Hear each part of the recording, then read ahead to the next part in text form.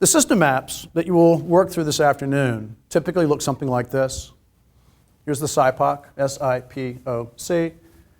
Here's a bucket for customer gaps, a list of specifications for each different customer group. I look at the output, which is what they get. If what they get doesn't sync to the spec, that's a gap. When I open the box and look inside, the specifications from a process standpoint is a list of standard operating procedures. If I do an operational audit, I go out and I look at, okay, this is what you're supposed to be doing, this is what I saw what you're doing. If that doesn't sync up, what you're doing is not what you're supposed to be doing, there's a gap. That may be one of the reasons why we have an outcome gap. You're skipping steps. One of the reasons I may be skipping steps or adding steps is because here's a list of all my suppliers, this is what I need from them, this is what I'm actually getting from them. If these don't sync, then that inbound gap may be what's causing my process to fail, which is then causing my outcome failure.